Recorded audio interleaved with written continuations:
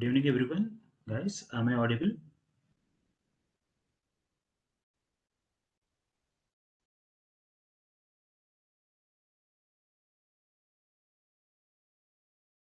Yeah, thank you.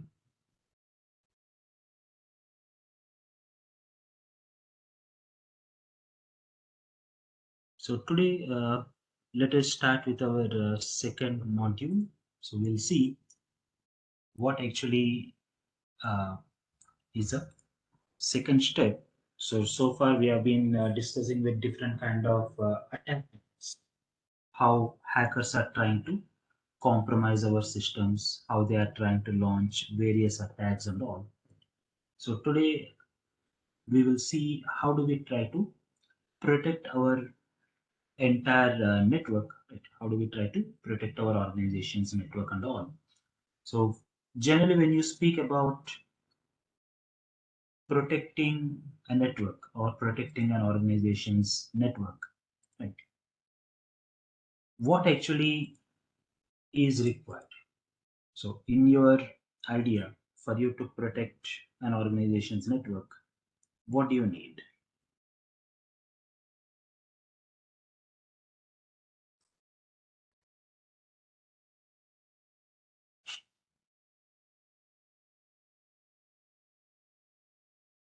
So have you come across some technologies?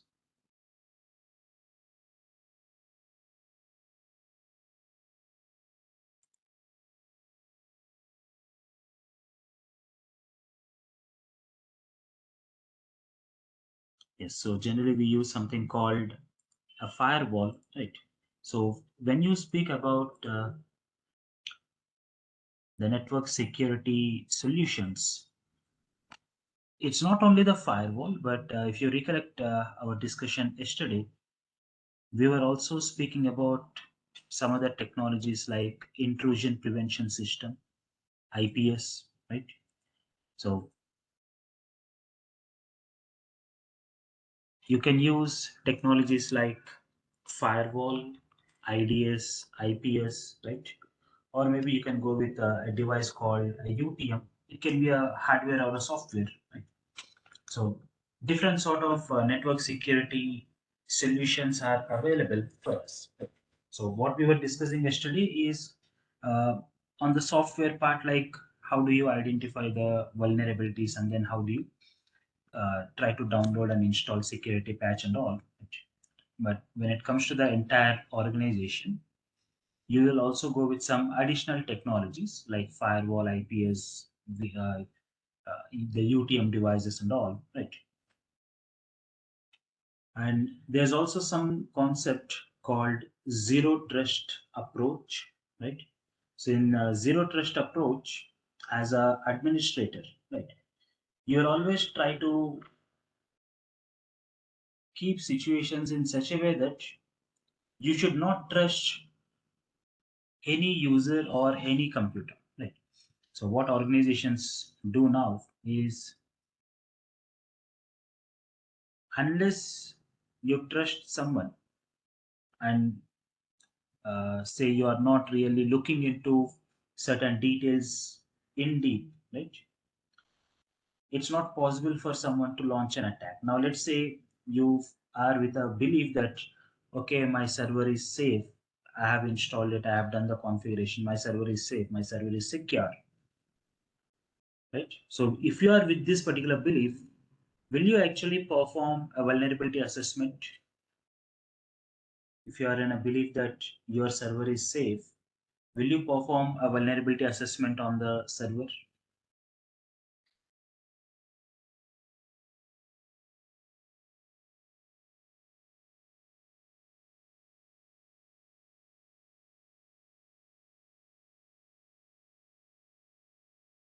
So, guys, what do you say? After you install your server, right? If you continue with the belief that yes, my server is safe, will you go ahead and perform vulnerability assessment, try to see if there are any vulnerabilities on the system?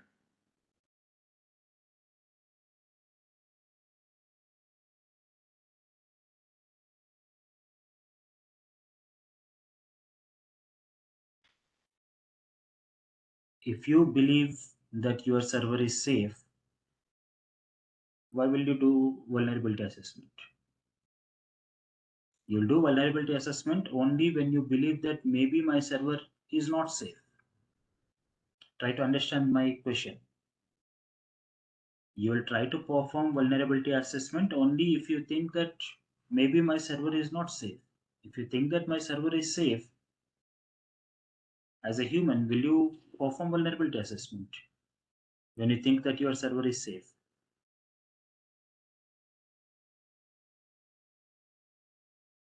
So when you assume that your server is safe, you will never do vulnerability assessment.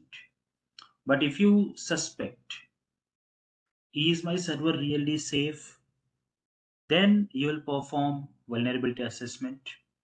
And if you do vulnerability assessment and assuming that there is some vulnerability, you will come across what is a vulnerability, and then you will also try to protect the network by implementing some security patches, right? So the zero trust approach says you should never trust any device or any user. Always suspect maybe this device is not safe. Maybe because of this device or maybe because of this user's activity, my network can be compromised. You should always suspect. So once you start suspecting, okay, Raghu is connecting his laptop to my network. I'm not sure what is there in Raghu's laptop, right? I'm not sure whether there is a malware or there is something else on this computer, right? So when you don't trust that my computer is safe, what will you do? Naturally, you will start looking into my computer. What all things are there? Do I have the latest operating system? Do I have the latest security patches installed? Do I have an antivirus installed? Is it properly verifying my data or not? So you start doing all these verifications. But if you trust, okay, okay, this is Raghu's laptop. I know this laptop. He uses it every day. So let me not check it. So if you trust, what happens? Automatically, you are not performing the security inspections. But the moment you do not trust a device, the moment you suspect maybe this device has a weakness or maybe this device is already compromised, then you'll go ahead and try to check with further inspections. You'll see if this particular device is really safe or not, what actually happened and all. Right. So zero trust approach says do not trust any device or a user. Always suspect that maybe because of this device my network can be compromised. Right. Okay. And also try to implement few additional security features like do not give the full administrative privilege to any user, right? Whoever does not require it. Then, as we are discussing yesterday with the passwords and all, try to use two-factor authentications and all. Keep monitoring what's happening with each and every device, right? So these are all like the guidelines, what exactly you have to do to make sure that your network is safe, right? And to protect your network, as you have already said, you'll need a device or you'll need a technology called firewall. So this firewall, as I've already given you a basic introduction yesterday, it can be a hardware device or it can be a software solution which controls the traffic flow, right? So firewall is controlling the traffic flow generally between two networks like a public network and internet. Sorry, between two networks like a private network and internet. Okay, so my text is going beyond that image, right? So generally, when you speak about a firewall is a technology which controls the traffic between a private network and a public network. And how exactly it controls the traffic? It controls it based on some security policies. So you have to write security policies as an administrator. You will either deny or permit access to certain resources. So you are going to write a policy. And in this policy, you say access to so and so has to be permitted or access to so and so has to be blocked. So based on what policy you write and whatever you define in the security policy, this firewall will take a decision based on whatever you have configured to either allow or deny the traffic, right? So here the firewall is not going to take any decisions on its own. It all depends on what security policies you define, right? So based on whatever you are defining as an administrator, a firewall will do it, right? Now here when you speak about a firewall, can I say uh, your firewall will act as a gateway?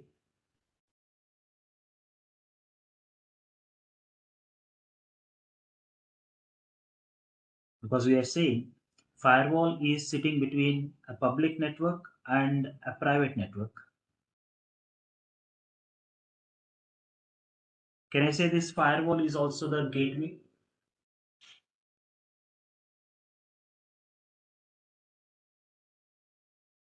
So firewall will be a gateway between your private network, that is, in simple terms, you can say your LAN network and internet. So between the LAN network and internet, your firewall is a gateway device. Now, when you speak about firewalls, there are different firewall technologies, right? So there are different firewall technologies, right? So it's not just a simple term. So even though we just say firewall, there are different technologies in these firewalls, right? So apart from the hardware or the software classification, right? So hardware and software classification is always present. And today, if you see in majority of your networks, you are going with the software implementation. So you have hardware firewalls, the direct appliance or the device that you can take it, and you also have the software. Now, when you speak about the software,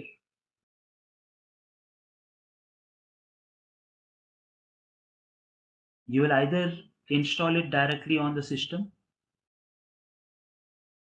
or you will be installing it onto a virtual machine or onto your cloud environment, right? So three different type of installations. Install it on the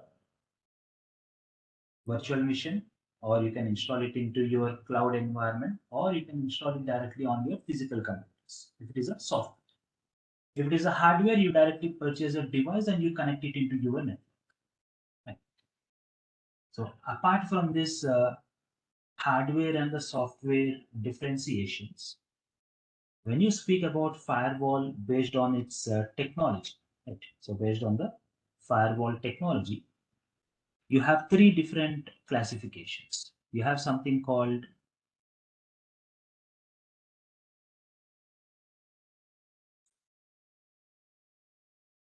packet filtering firewall, you have application gateway,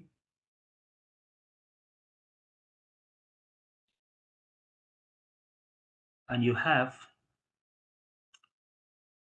stateful firewall. So this is based on the technology, based on what technology is used. You have three different classifications. You have application gateways, you have stateful firewalls, and packet filtering firewalls. So we'll see what actually each of this technology is, how they are different from each other. Let us start with the packet filtering firewall.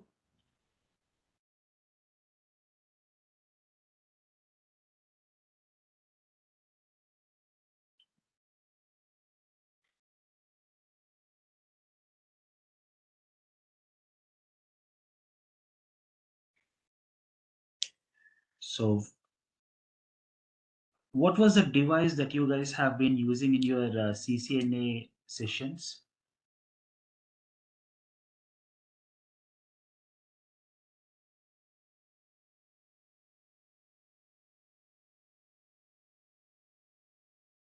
So guys, in your CCNA sessions, what was the device you have used?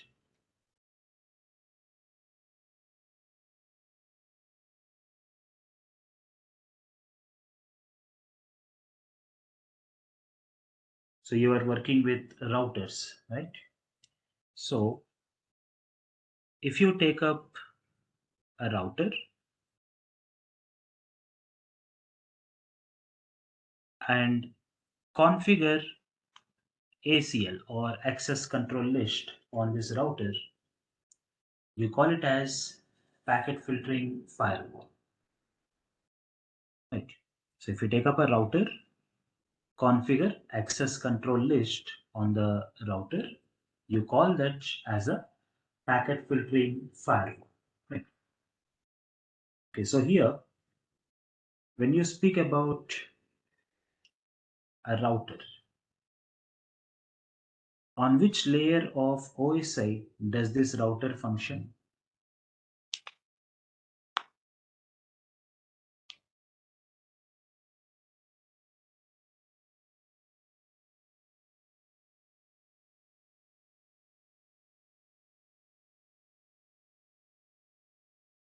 On which layer of your OSI model does this router function?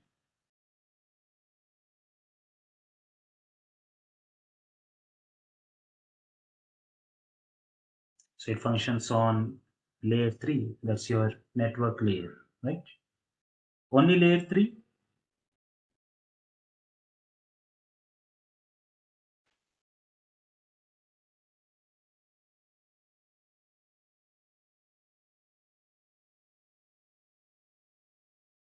Does it only work on layer 3? No other layer?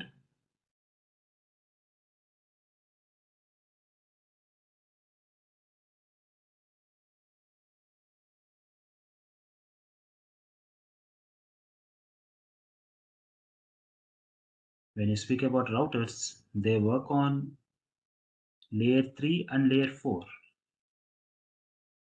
Are you writing ACLs where you're defining if you have to accept TCP traffic or UDP traffic?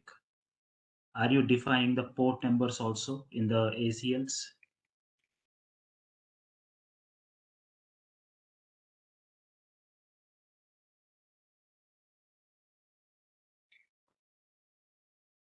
Guys, are you writing ACLs saying accept TCP traffic or UDP traffic, accept traffic coming to so and so port and all this?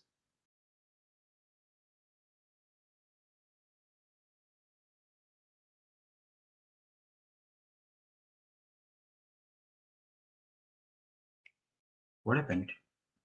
Forgot CCNA or you are not able to follow?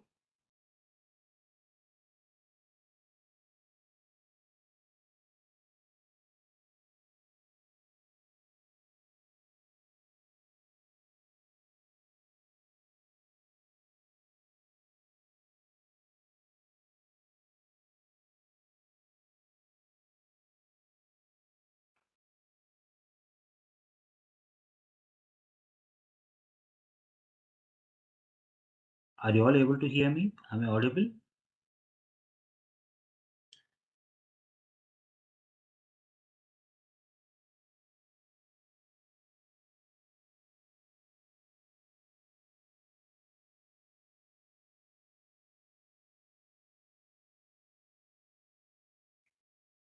Okay, so what I'm asking is, in your CCNA sessions, have you written ACLs allowing TCP or UDP traffic and traffic specific to a port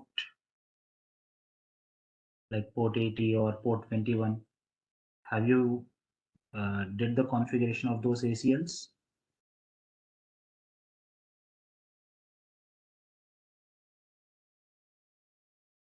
Yes.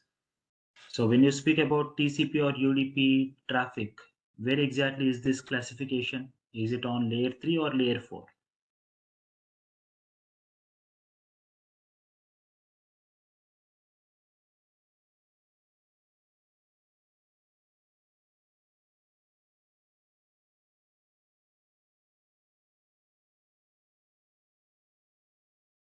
Your TCP UDP traffic classification and all is on layer 4, right? So can you also say your router is working on layer 4?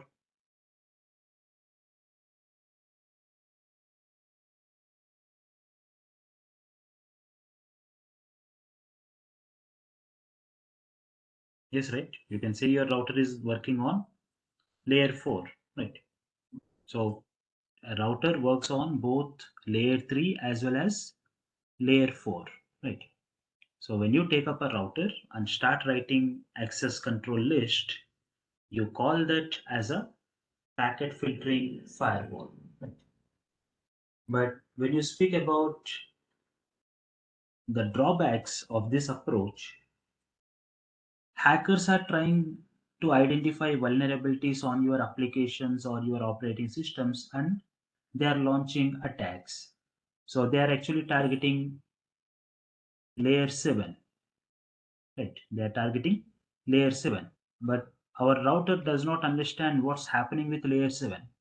It only understands what's happening with layer 3 or layer 4. So that is one drawback. And secondly, router is not a device which is designed with security in mind. Right. So router is a device which is designed to make sure that the connected networks, right? All the connected networks for this router, they should be able to communicate with each other. So that was the intention, right? When routers are being made, right? So routers are being made. The intention was just to make sure that prepare a device which will let you communicate with each other, right? So security was not the primary task there, right? Now here, when you try to use a device for securing your network, can you expect good security? A device which is designed for only enabling communication, if you try to use it for security purpose, can you expect good security?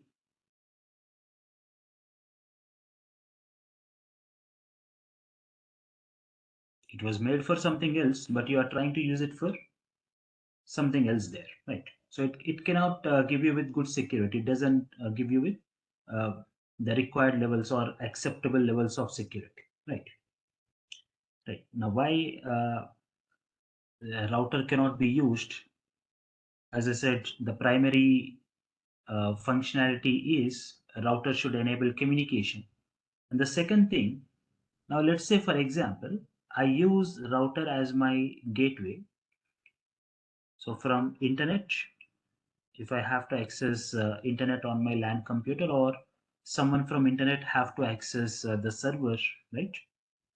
All the traffic has to pass through this router, right? Now let's say I have my web server configured here, right? And this router is configured to allow traffic from internet to reach my web server, right? So traffic from internet is permitted to reach my web server through the router. Now let's say at 9 o'clock, someone tried to access my web server. A log will be created at 9 o'clock saying from so and so source IP address, there is a request to your web server. And the next log message will be created at 9:05. So what about all those connections between 9 o'clock and 9:05? Maybe there are 100 connections or 1000 connections or 10,000 connections. Logs for those connections will not be created by the router. Right. So your router will not give you log or log messages for all the connections between that 9 and 9:05. Right. So without having logs of all the connections that are passing through your gateway device, will you be able to investigate if something goes wrong?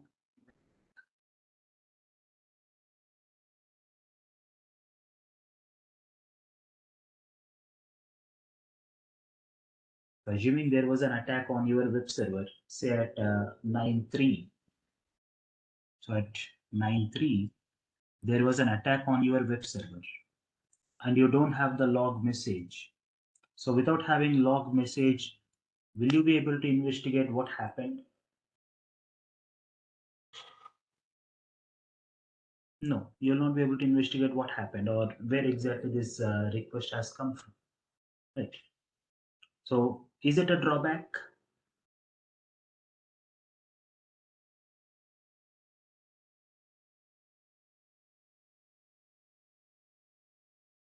So that's a drawback, right? So a router cannot be used for securing your network, right? A router will not be suitable for securing your network. And there is a alternate solution, something called application gateway, right? There is something called,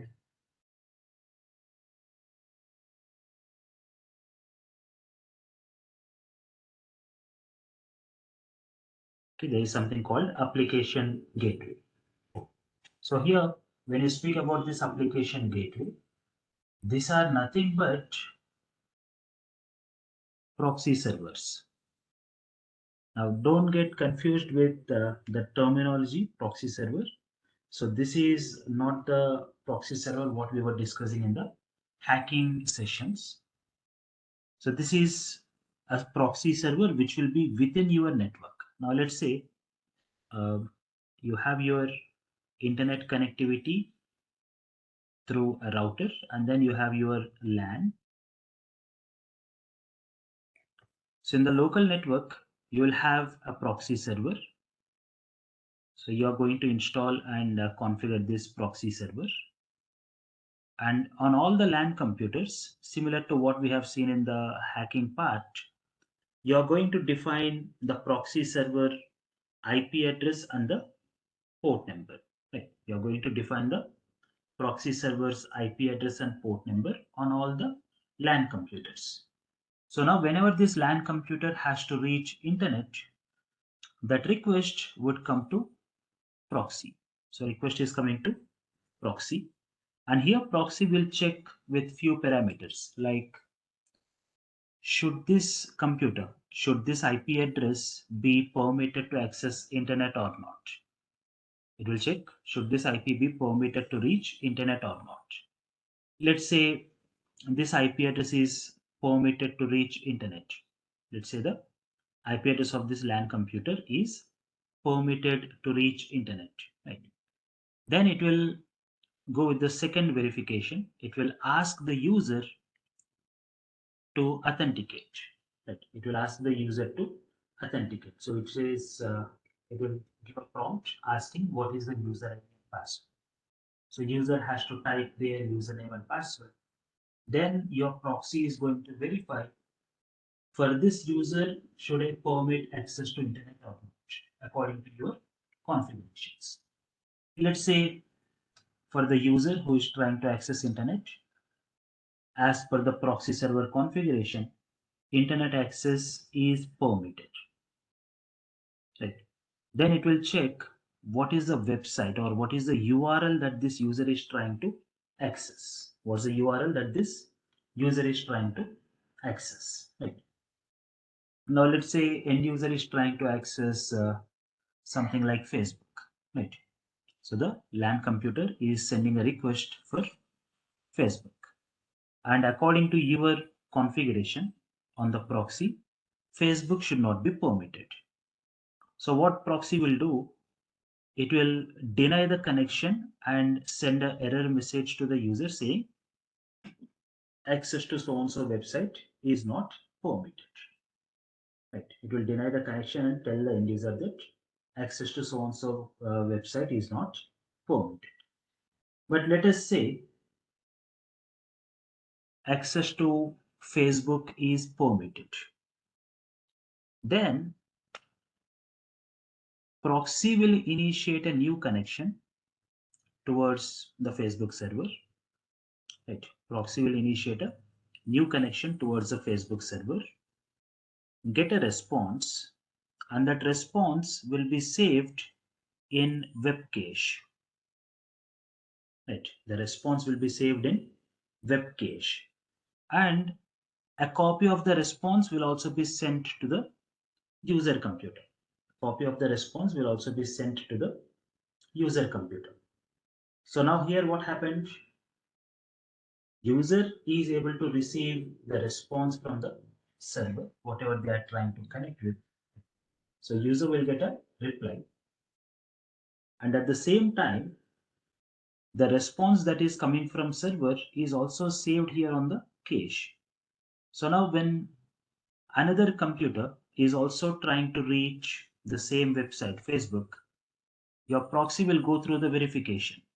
Should that IP address of this second computer, should it be permitted to access internet or not?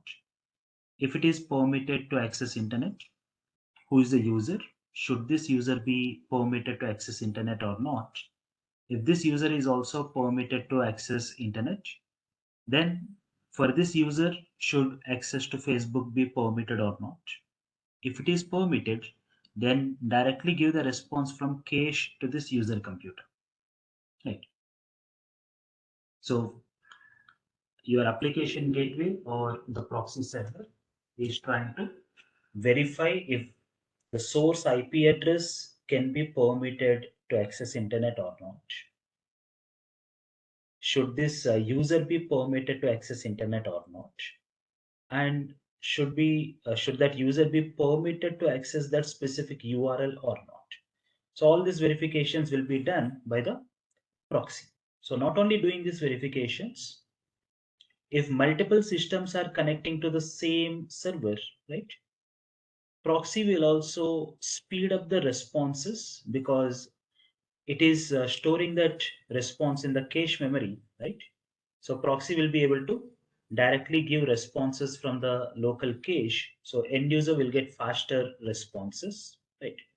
And you are also able to save the bandwidth, right? So this is what will be done by a application gateway.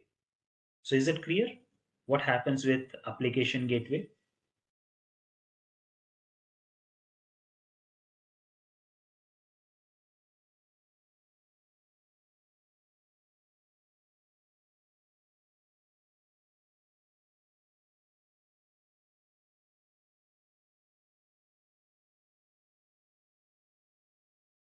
Okay. And because this proxy server is an application, right? Proxy understands your layer 7 activities, right? So it's not restricted like a router, right? So proxy can understand your layer 7 activities, and you can configure policies on the proxy server in such a way that user can uh, access a website, right? But user cannot upload some contents to the website. So you can also go up to that level of control, right? So you can say if required, user can download something from the website, but user cannot upload something to the website. Or you can say if request is coming from Google Chrome, it has to be permitted, but if request is coming from Firefox, it has to be blocked. So proxy servers will give you this sort of control, right?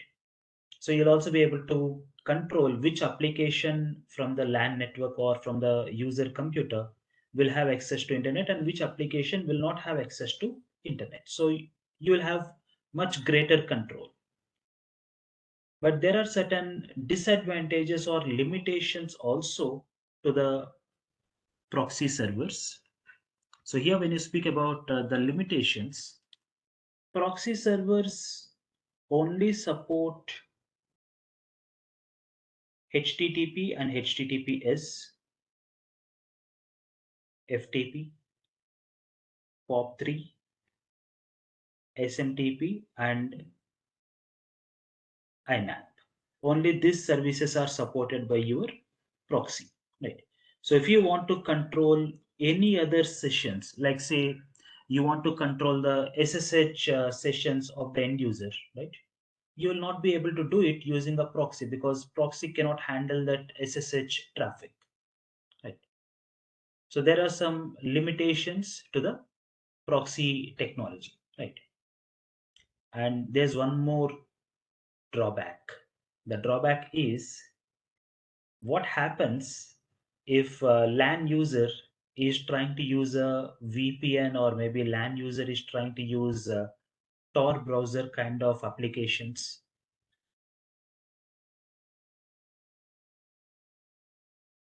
Because in case of VPN and Tor browser, what happens?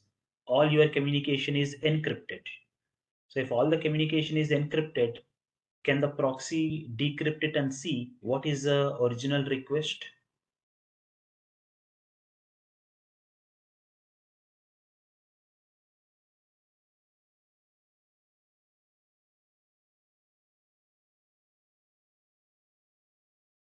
So if end user is trying to use VPN or Tor browser, will the proxy be able to decrypt that connection and see what is the original request?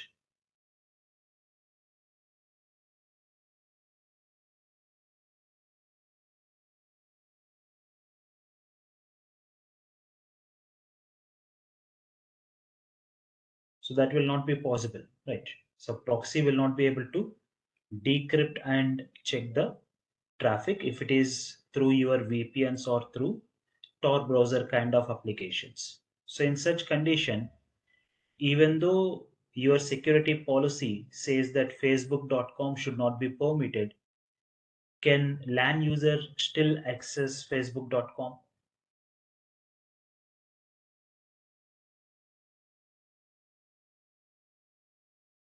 So will the LAN user be able to access facebook.com even though Facebook is denied according to your proxy's configuration?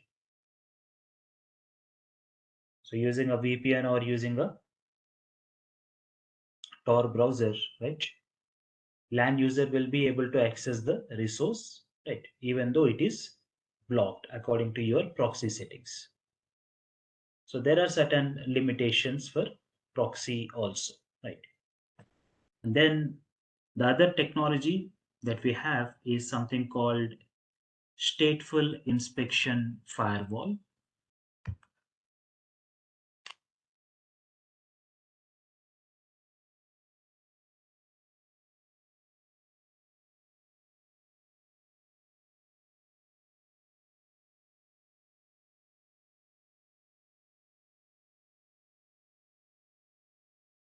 Or you can also just call them as stateful firewalls.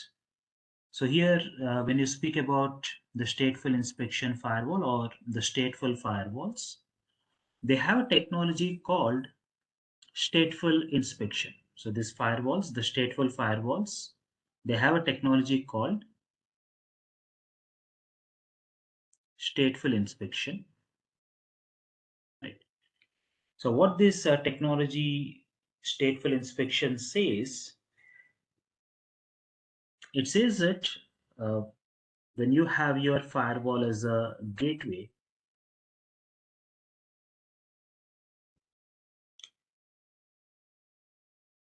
right? So the stateful inspection firewall or the stateful inspection technology says you can write a ACL, you can write a ACL or you can write a security policy to permit outgoing traffic. You can write a ACL or a security policy to permit outgoing traffic. But all incoming traffic will be denied by default. And it says all incoming traffic will be denied by default. Right. So you can write a security policy and permit outgoing traffic, but incoming traffic is denied by default. That's what stateful inspection technology says. But at the same time, it also has a few more options, right? Now, when you speak about a LAN computer, one of your LAN computer trying to access some website, now you say outgoing traffic can be permitted through ACL, but incoming traffic will be blocked. Now, if incoming traffic is blocked, will the LAN computer receive response from the server?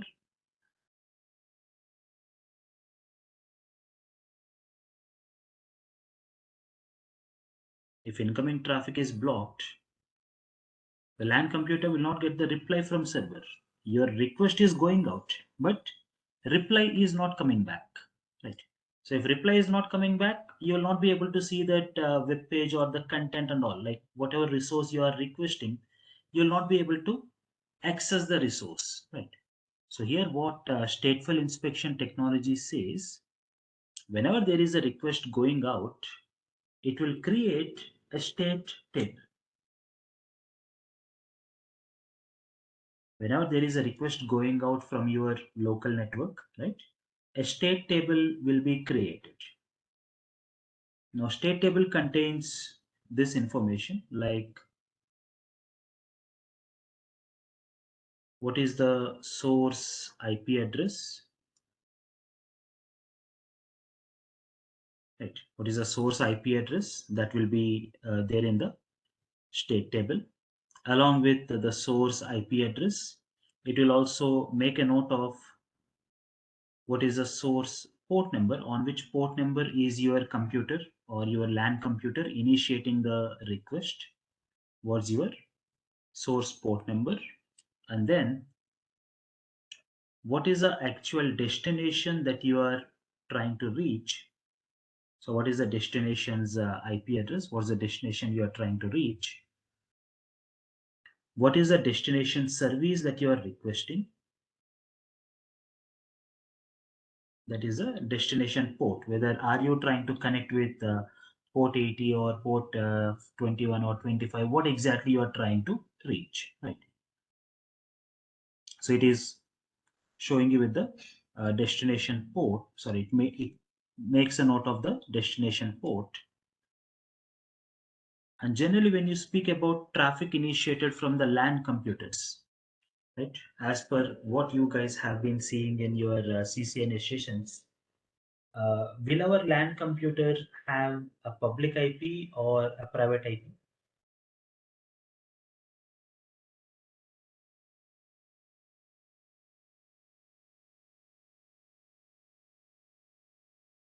So our LAN computers, they'll have private IP addresses, right? They'll not have public IPs. Now tell me, if our LAN computer has a private IP address, can we forward the request to internet with the source as a private IP?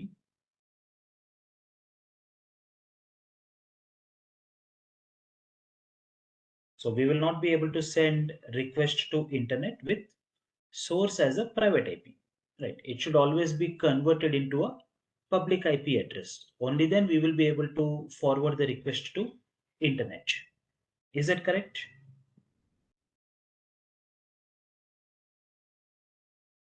Only if you have source as a public IP address, you will be able to forward that request to internet. If you have source as a private IP, you will not be able to forward the request to internet. Is that correct?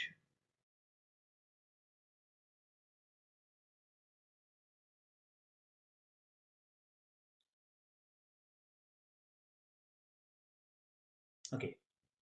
But as you said, in our LAN network, we'll have private IP addresses for all our LAN computers. So we cannot forward the request as it is, right, to internet. So what this firewall will do, it will translate your private IP address into a public IP address. You call it as NAT, network address translation. So your firewall will also make a note of the translated IP address. So what was your original private IP address? And after translation, what was your public IP? It will also make a note of that, right? What was your public IP after the translation? And then your source port, whatever port number that is used by your LAN computer to initiate the request, that particular port number may or may not be used for forwarding the request directly to internet. It depends on your firewall and the model and all this. Some firewalls will forward the source port number as it is. Some firewalls will change the port number. So if the port number is changed, it will also make a note of the translated port number, right? So all these details will be saved into your state table, right? So is it clear what all details will be saved by your firewall in a state table?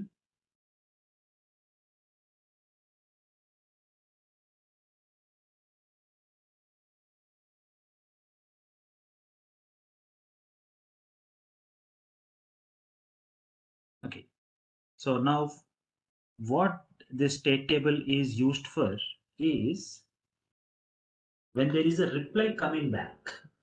when there is a reply coming back to your request from the internet server.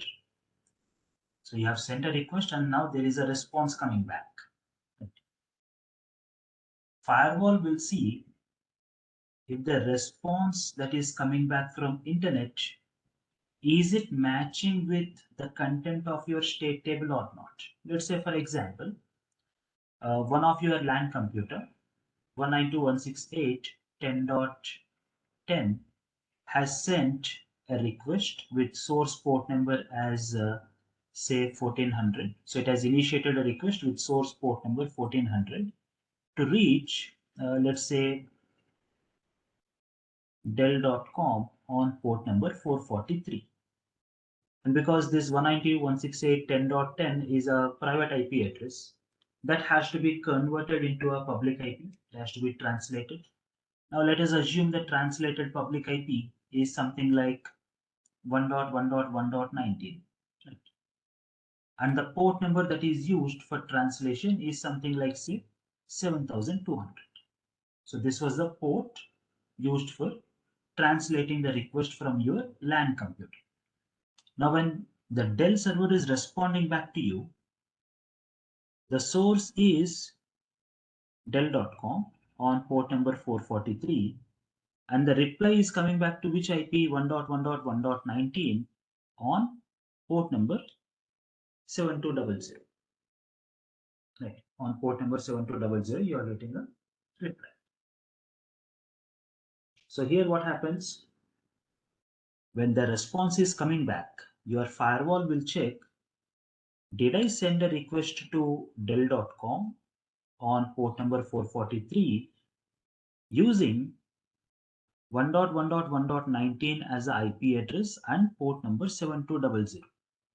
And all that information will be matching with what is already there in your state table. So you can see in the state table, you have all the information that's matching. You have sent a request to Dell on port number 443 using 1.1.1.19 and the source port as 7200. Right. So once you receive a reply and that information is matching with the state table, then firewall will accept this reply. So for the firewall, for the stateful inspection firewall to receive incoming package, the stateful inspection firewall to receive the incoming traffic or to receive the response, the reply packet, the contents of your reply packet has to match with your state table. This is one condition. Is this clear, everyone?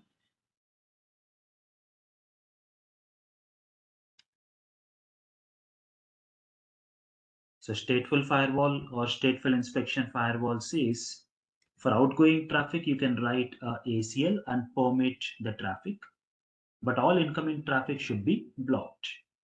Now to accept the incoming traffic, the first condition is the incoming packet, the contents of the incoming packet should match with your existing state table. If it is matching with the existing state table, yes, then that incoming reply packet will be accepted. Or the second condition, you write a ACL saying from so and so IP address, so and so port number, if there is a request coming to so and so IP address on my network, accept it. So you have to write a policy saying that request coming from so and so IP address has to be accepted. So that's the second condition. The first condition, the incoming packet should match with the content of your state table. The second condition, you have to write a ACL to accept incoming traffic. Right. So only in these two conditions, incoming traffic will be accepted by stateful inspection file. Right. If not, all incoming traffic will automatically be rejected. Right. So only in these two conditions, your firewall will be able to accept incoming traffic. In all the other conditions, your firewall will automatically reject it. So is that clear? Under what condition your firewall would accept incoming traffic and at what condition your firewall is going to reject the traffic.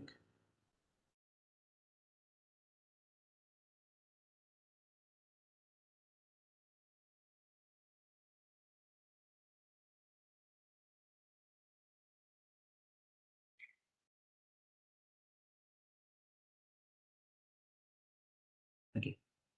So now, can I say with this stateful inspection, right? My network will be in a much secure position compared to having a simple router or maybe having a simple proxy server if I go with the stateful inspection firewall.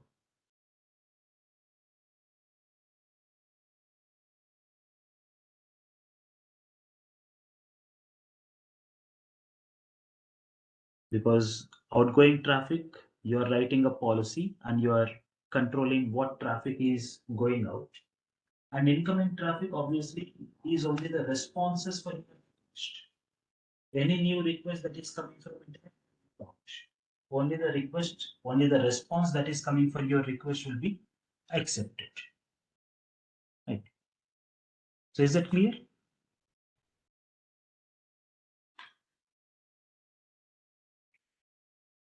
Uh, Aishwarya, when you say like the VPN connected to the system, like uh, can you give a clear picture?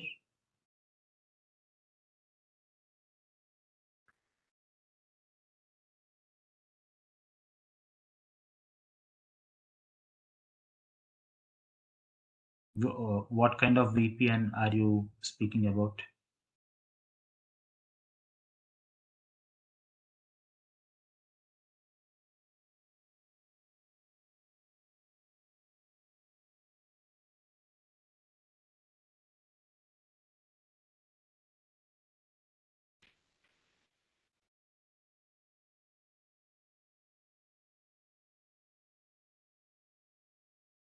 See, whether you are using Tor or you are using VPN or anything on your LAN computer, response coming for it will be accepted, right?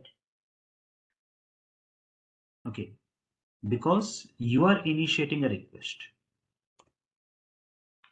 So your LAN computer initiating a request, right? A state table is created and response coming back will be accepted, provided on the gateway you are not blocking the Tor browser or you are not blocking the VPN applications. If you are blocking the Tor browser or VPN applications, then of course your request itself will not be going out of the network. So obviously you can't expect a response also. Is it clear?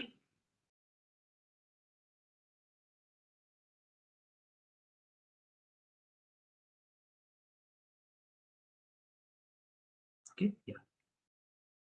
So stateful inspection firewall is going to accept incoming traffic in two conditions. One, the incoming reply is matching with your existing state table. The second condition, you have written a policy saying accept this incoming traffic. Only in these two conditions, the incoming traffic will be accepted.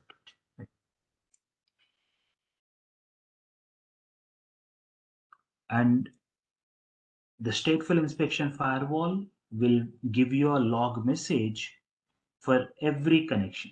Right. Right. So the log messages will be created for every connection. Right.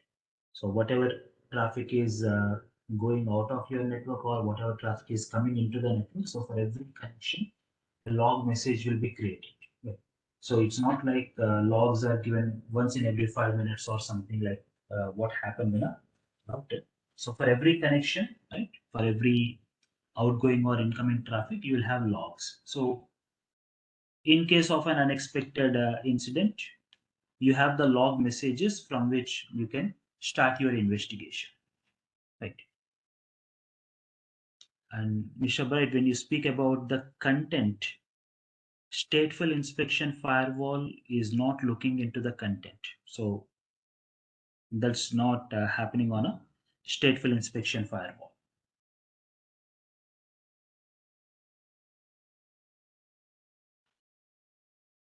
Okay, so is everyone clear what's the main difference between packet filtering firewall, application gateway, and stateful inspection firewall?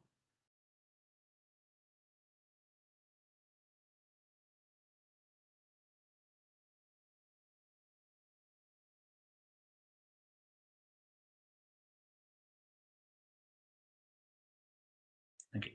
So now let us also see where exactly we place a firewall. Where should we place a firewall in our network? So initially, before I have a firewall, this is how my network is. So from internet, so from the ISP, my link or my internet link is terminated onto a router, and router is in turn connected to my LAN. Now I want to bring a firewall into this particular network, right? I want to bring a firewall into this particular network. So where exactly should I place the firewall? I have two options. Uh, One is between the ISP link and the router. So let's call it as location A. And then I have the second option that is between the router and the LAN network. This is, let's say, location B. So where exactly should I place the firewall? Location A or location B?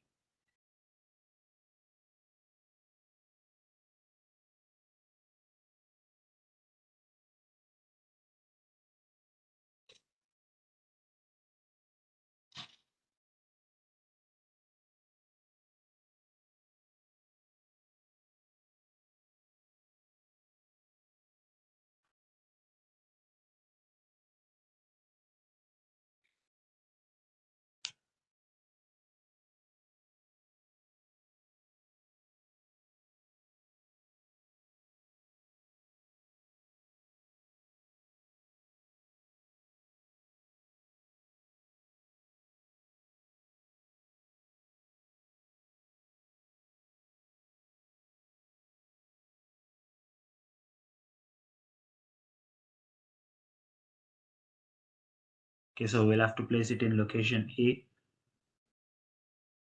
What about others?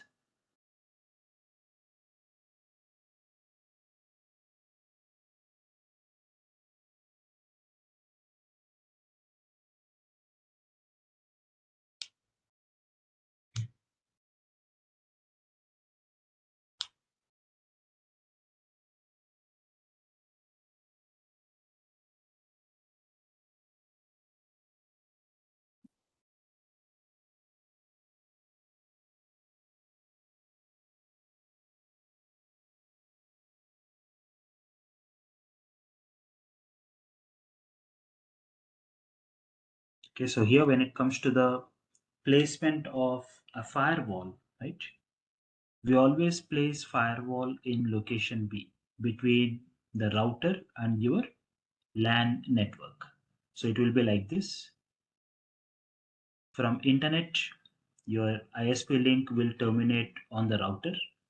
After router, you are going to have the firewall. After firewall, you will have your LAN network, right? The reason why we are placing firewall at location B is first thing in the initial days of the firewall technology, right? Internet was still given through serial port. Right? Internet is still given through serial port, not through Ethernet or fiber optics. Right? And on the firewall, you are not having any serial ports. Right? So on the firewall, there are no serial ports, but ISP is giving internet on the serial port. So what happens? You need a device which can take input with the serial port, convert it and give you output as a Ethernet so that you can connect it on the firewall, right? So router used to do that job. Take input as a serial, right? Give you output with the Ethernet, right? So router is working as a media conversion device, right? And of course, nowadays we are not really using serial ports. So you may be thinking, so today, why can't we directly connect a firewall to internet?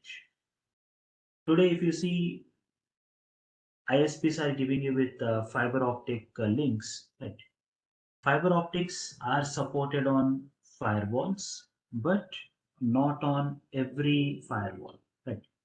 So every firewall model will not have support for fiber optic port, right?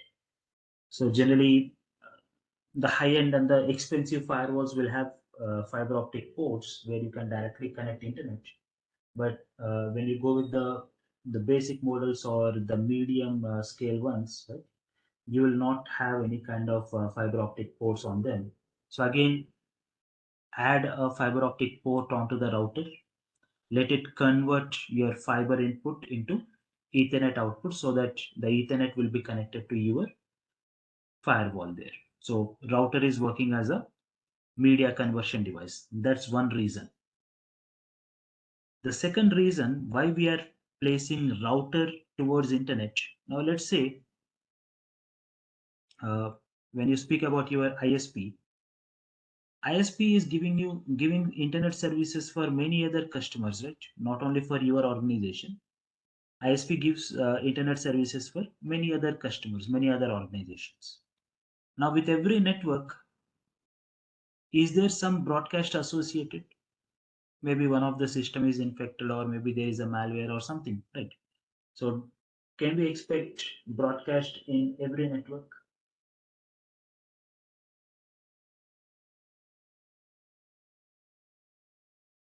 So, you'll have broadcast in every network, right? So, all the networks that are also connecting to your ISP network, you will have some of the other kind of broadcast coming, right? Now, when there is some broadcast coming here, you have a firewall, you have a firewall which would take a decision only after processing contents from layer 3 to layer 7. You have a router which only looks at layer 3 properties and take a decision. So which device is more efficient? I'm only speaking about the unwanted broadcast traffic. So to process unwanted broadcast traffic and take a decision to accept or reject, which device will be faster, router or firewall?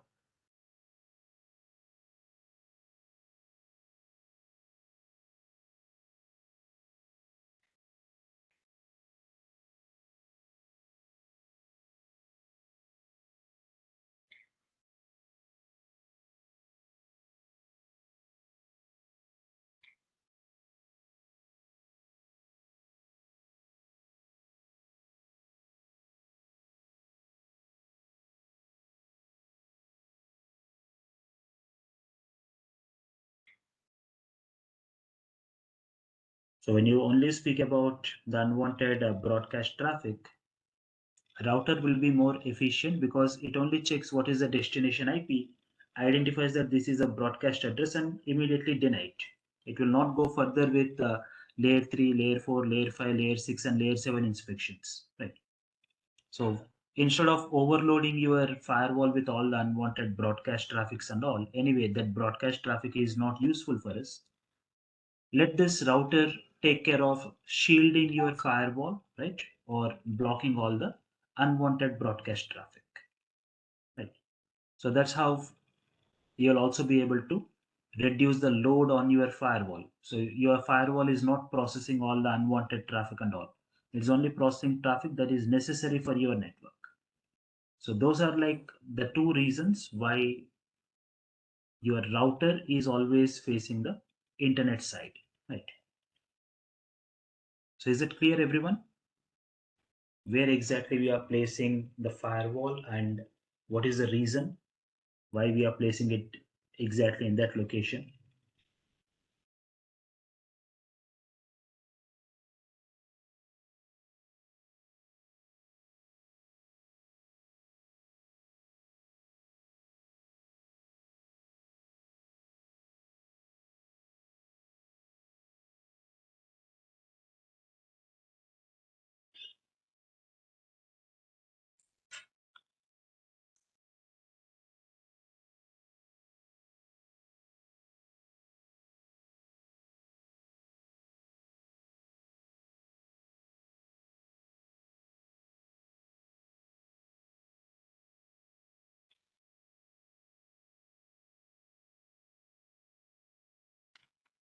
Guys, are you clear why exactly we are placing the firewall in this location, that is between your router and the LAN network computers?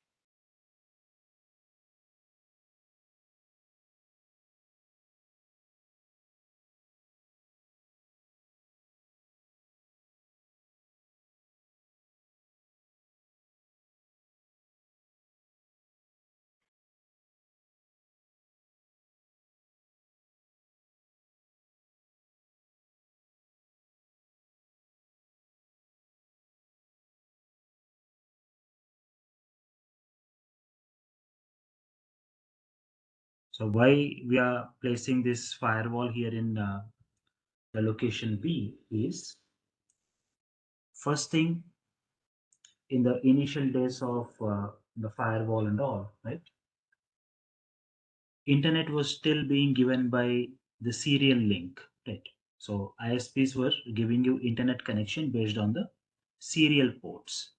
But on the firewalls, you are not having serial ports, right? So you don't have serial port on the firewall, you only have the Ethernet port, right? So you need some device which can accept serial port as input and give you Ethernet as a output, right? So some device which can accept serial port as input and Ethernet as output. So that will be done by your router. Okay. Even today, when ISP is giving you internet through optic fiber, right, or your OFC, every firewall will not support optic fiber link, right? So only some high-end devices will support optic fiber ports, right? So in such cases, you are already having a router in the network, so just add a optic fiber interface to it, right? Just add a optical fiber interface to the router. Let the router accept incoming, let the router accept your internet connection on the OFC, convert it into Ethernet and give it as an output to your firewall, so that you don't have to worry about how to take this optic fiber input onto the firewall, right? So that's one reason for media conversion, converting your serial link or converting your optic fiber into Ethernet. So is that part clear?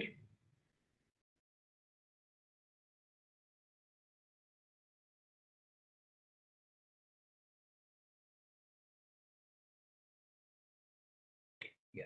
And the second reason, when you speak about your ISP, ISP is giving internet services to many organizations, not only to our organization, right?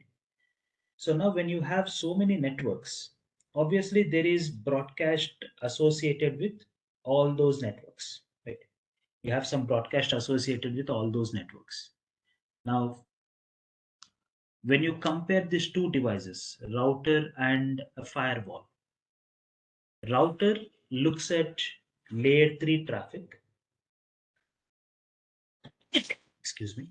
So router looks at layer 3 traffic, takes a decision whether it has to accept the traffic or not. Firewall will look at layer 3 to layer 7 traffic and take a decision whether it has to accept it or not.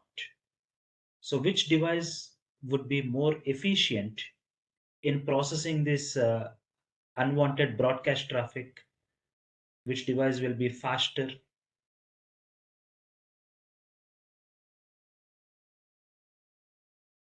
Router is only looking at the destination address and says, okay, this is a broadcast address, I will drop it. But firewall is not like that. It will inspect the entire packet from layer 3 to layer 7 and then take a decision. So which device will be faster when you are only looking at the broadcast traffic?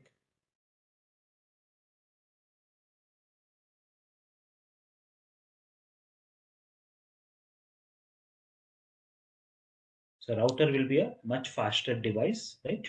When you are very specifically looking for denying all the broadcast traffic, right? So that's the reason we always place router facing the ISP end.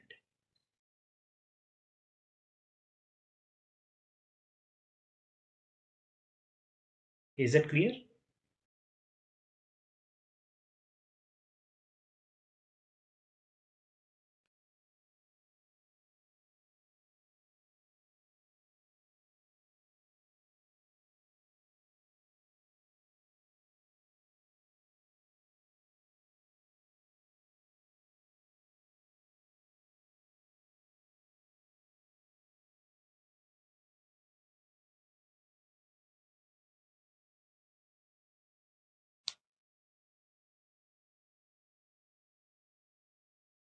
Okay.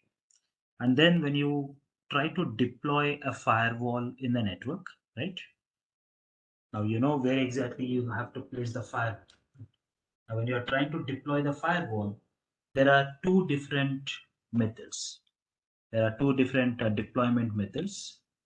One is bridge mode.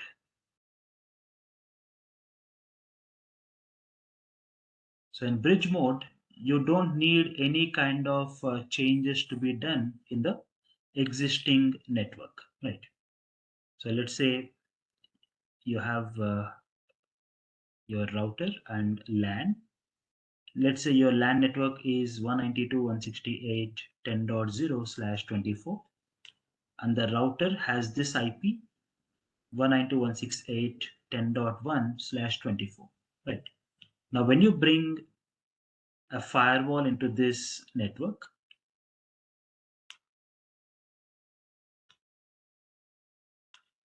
you see that on the firewall you have two interfaces. One interface connecting you towards the router, the other interface connecting you to the local network, right? So these two interfaces will have a common IP address. You can take something like 192.168.10.2/24, right?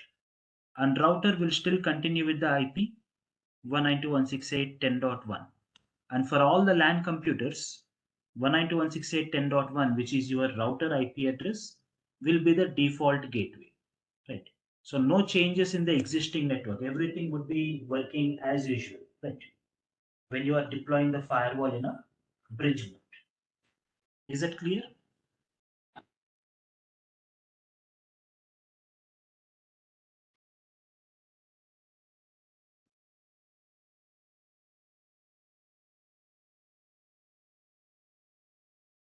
Okay. So when you're deploying the firewall in a bridge mode, you will take up one free IP address in the LAN network, right? You will take up one free IP address in the LAN network, assign it to your firewall LAN interfaces, right? Now, in this case, when you are using the firewall in bridge mode, you do not have any kind of firewall functionality. Your firewall is working more like a switch.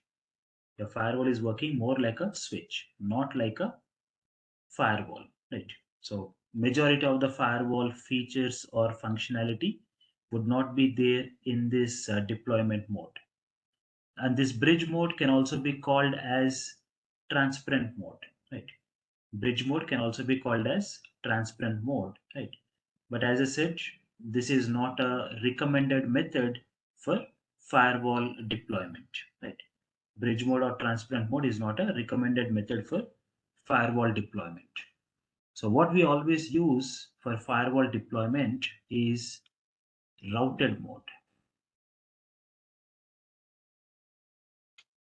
We always use a routed mode for firewall deployment. And in routed mode, you will have some changes to the network.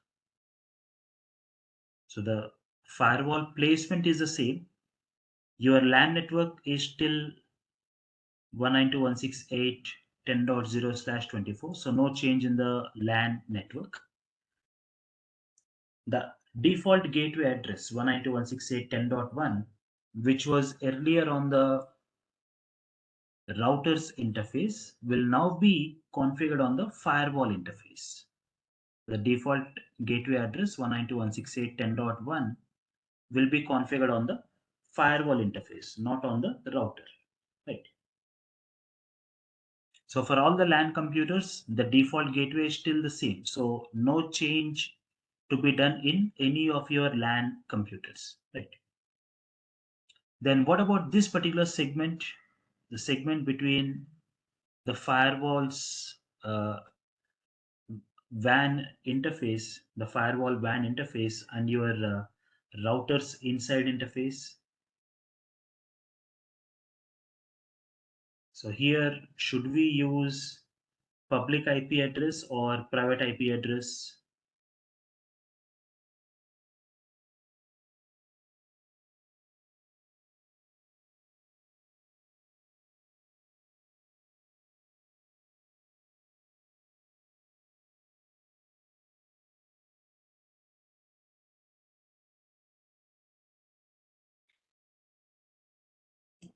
So this particular segment between the router and the firewall, right?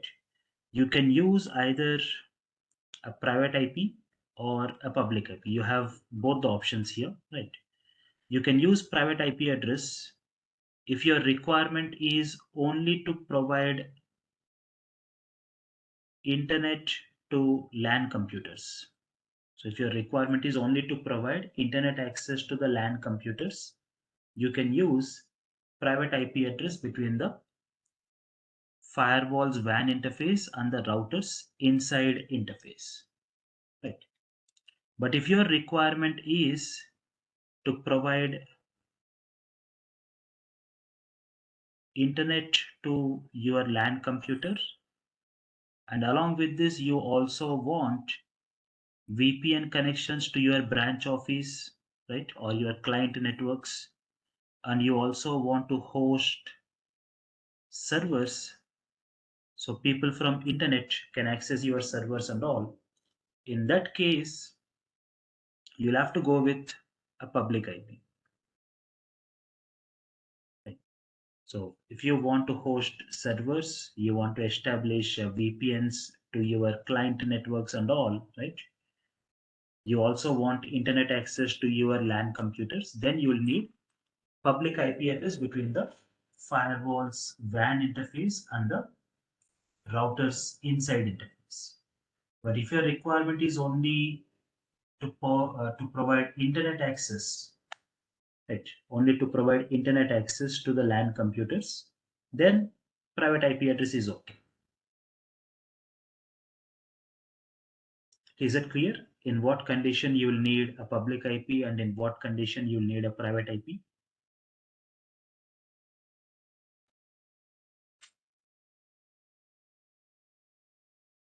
Then how about routers outside interface to ISP? Routers outside interface to the ISP, should it be a public IP or private IP? This particular segment.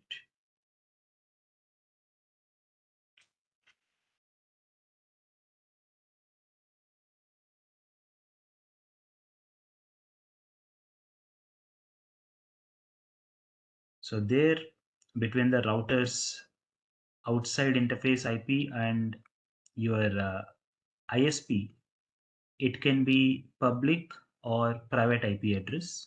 But today, if you see, most ISPs are using private IP addresses there, not public IPs.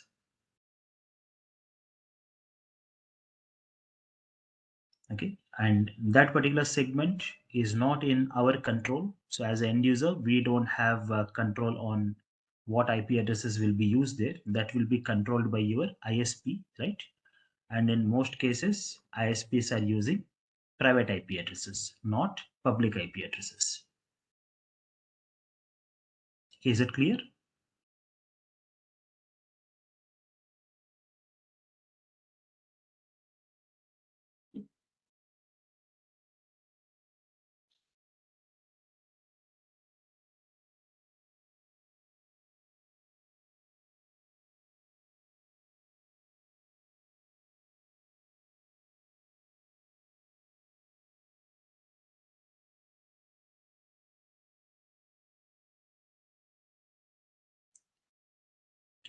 So now you have an understanding about how you go with placing the firewall, what sort of IP addresses you have to use and all, right?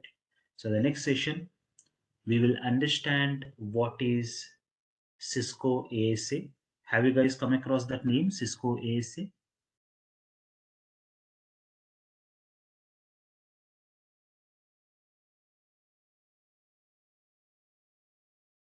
Guys, did you come across the name Cisco ASA?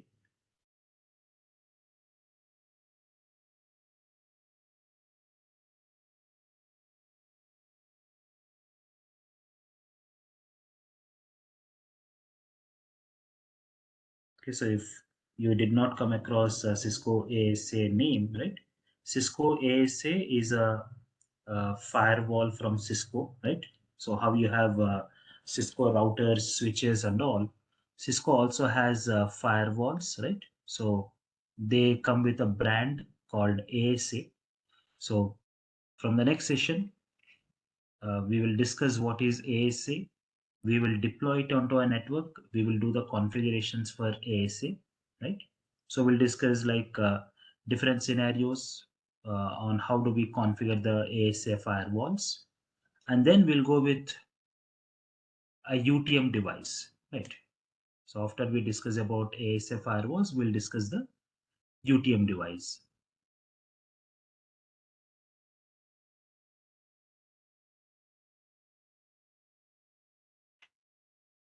Okay, is that clear?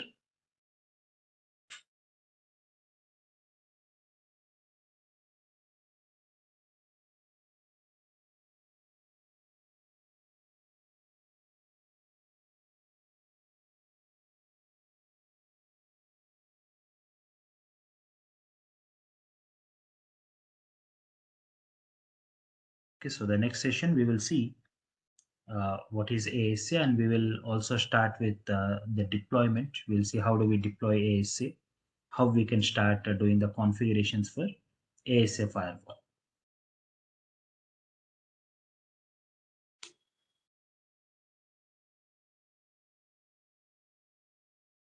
Okay, so are you all clear with our discussion so far? Any queries?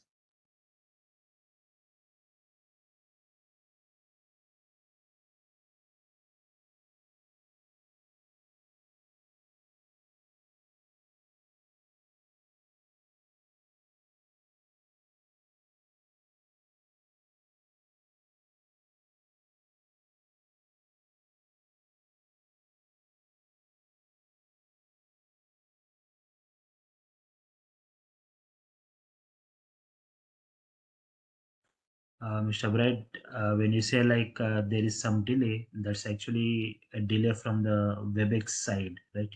So we are also waiting for WebEx to complete that video part so that we can share it with you, right?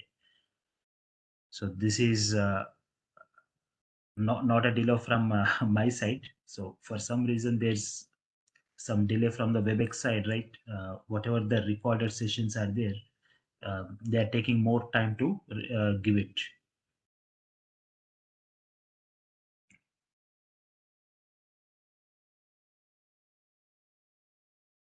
Okay. Yeah. Thank you, everyone. And we'll continue in the next session with the ASA firewall.